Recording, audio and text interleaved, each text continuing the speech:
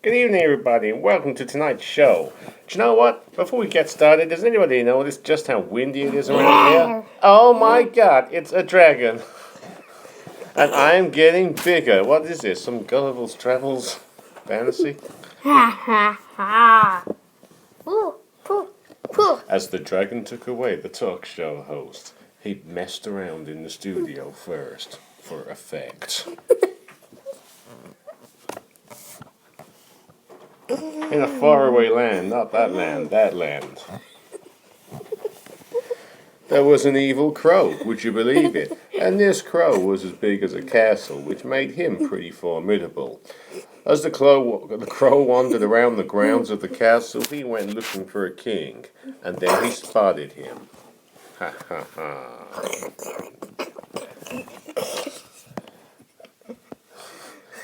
Unfortunately, the crow killing the king lost its effect when the crow ended up on his back like he was dead. But for the sake of the story, we'll just assume that the crow did kill the king. In fact, this is the crow going off enjoying his meal. Kings taste good.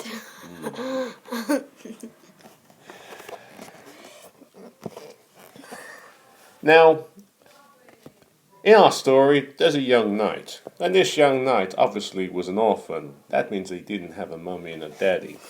And this night he was an angry young fellow, and he was really angry at a certain witch. This witch was evil, and this witch also killed his father, which to be fair pissed him off. This is him getting pissed off. Now, this knight was basically a little bit afraid of the witch, so he thought he'd better get training. So he basically did some push-ups, and he'd do some star jumps, and then he'd do some growing. Growing was his favourite thing because the bigger he got, the stronger he felt. This is the really big knight's head.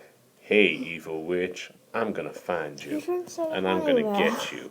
And when I get you, I'm gonna eat you up.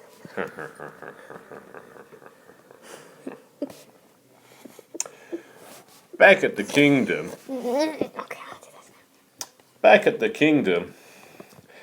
the king's only child, the princess, was wandering around having a nice day with her pet squirrel. The squirrel's name was Squirrel, and her name was Princess Squirrel Lover, so they were a match made in heaven. Now, as the princess was wandering around with her pet squirrel, there was very little in the way of script, so there was only so much that we could do. But they generally could be seen to be having fun in only the way that a young lady and a young squirrel could do.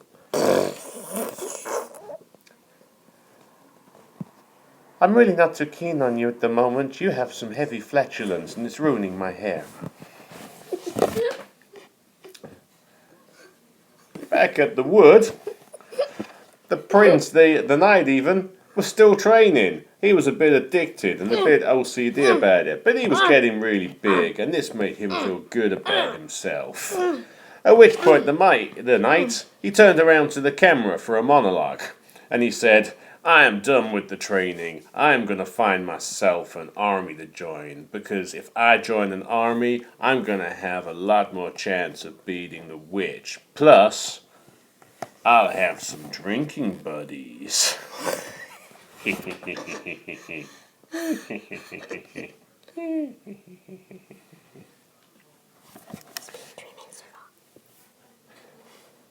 Back at the castle, the princess was still there, messing around with her squirrel, as they do, because there wasn't a lot else to do. The squirrel still had flatulence problems, but that was okay.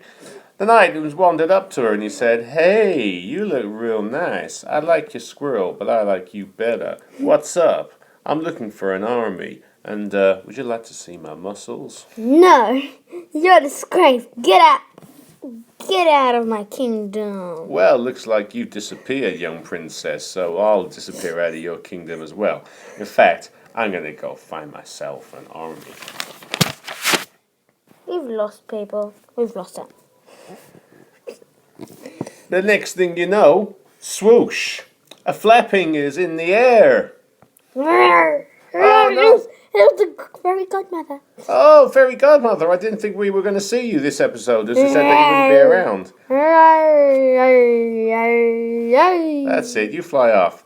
The swooshing sounded much more like a dragon. Oh no, it's a dragon. Oh, oh, oh, oh, oh. Let's just both go together. To be continued. That was really bad.